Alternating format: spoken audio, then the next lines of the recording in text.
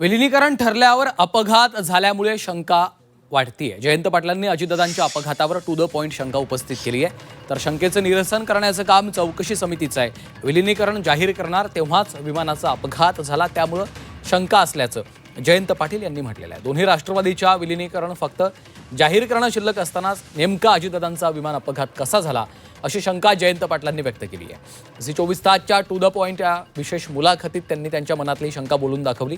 अजितदादांच्या विमान अपघाताबाबत अनेकांना शंका आहे। या शंकांचं निरसन करण्याची जबाबदारी चौकशी समिती आणि सरकारची आहे, असं जयंत पाटील यांनी म्हटलेलं आहे। दरम्यान या प्रकरणामध्ये तपास यंत्रणा काम करतायत, त्याचा अहवाल आल्यावर या संदर्भातली भूमिका घेऊ अशी प्रतिक्रिया राष्ट्रवादीचे माजी आमदार सुनील टिंगरे यांनी दिली आहे।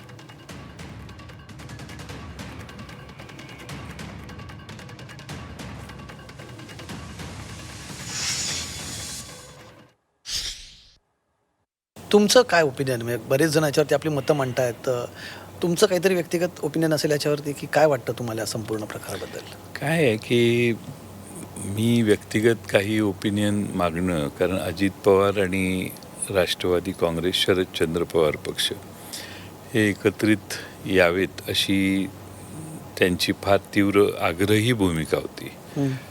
आणि अचानक सगळं ठरलं, सगळंच क्लोज झालं आणि आता फक्त जाहीर करायचं होतं, त्यावेळी ही घटना घडली। यामुळे शंका फार मोठ्या प्रमाणात उपस्थित व्हायला लागलेल्या आहेत आणि त्यामुळं त्या शंकांचं निरसन चौकशी समितीने केलं पाहिजे। शंका उपस्थित केली त्यांनी, हे खरं आहे, पण एक गोष्ट चालू आहे की आत्ता आपल्या सर्वांना माहिती आहे त्याचा तपास चालू आहे आणि तपासात सगळं काय खरं निष्पन्न होईल आणि मग काय त्याच्या आपण निष्कर्षाला येऊ ना।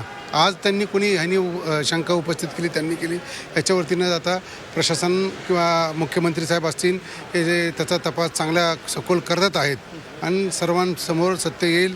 जर तसं काय घडलं असेल तर निश्चितपणे त्याच्यावरती कारवाई होईल।